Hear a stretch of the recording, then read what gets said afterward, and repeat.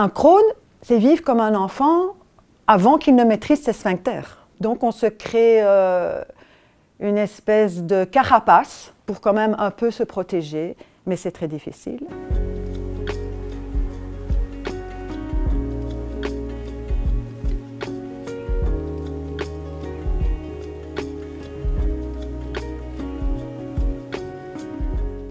Depuis toute petite, je suis confrontée à la maladie, d'un point de vue digestif principalement, donc l'alimentation est difficile depuis la naissance et les choses se compliquent avec des symptômes difficiles à vivre comme les nausées qui sont souvent permanentes et toujours ces épisodes de constipation qui vont passer à des épisodes de diarrhée. Le ventre est toujours gonflé, on ne sait pas s'habiller correctement.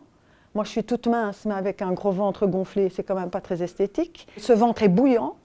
Le matin, quand je dois partir ou quoi, j'ai tellement été aux toilettes que mon ventre il est irrité. Donc tous ces ulcères sont ouverts, quoi. Sans comprendre, évidemment, puisqu'à l'époque, il n'y a pas de diagnostic et qu'il faut faire avec. Le grand clash, c'est au moment de terminer les humanités, choix d'études étant fait. Là, en vacances, je tombe vraiment malade. C'est la grosse crise, là, où c'est le début de la maladie de Crohn dans sa version la plus difficile et la plus horrible aussi, parce que là, ça ne va pas se calmer. Il ne va pas y avoir des périodes de rémission et autres, et je dois commencer les études supérieures.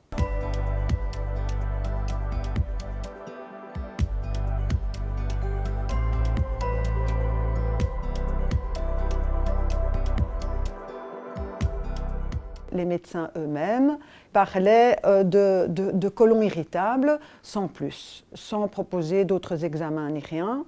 Donc cette situation est vraiment difficile parce que ou bien on a un caractère et on y fait face. Dans mon cas, au départ, il y a quand même eu la dépression.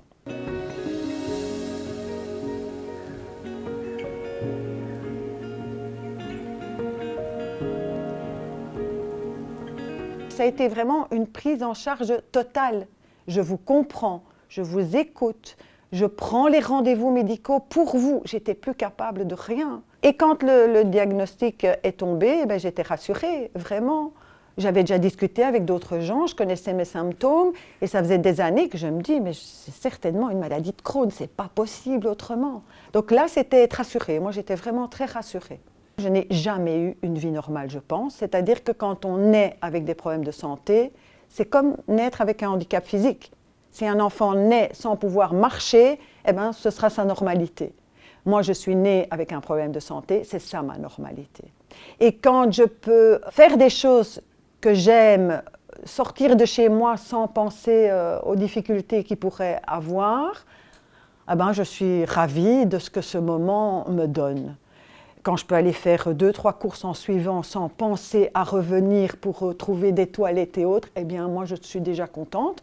Mais une vie normale, oui, parfois c'est quand même très dur de me dire, moi je ne pourrais jamais faire parfois quand je vois les voyages que mes filles font, quoi.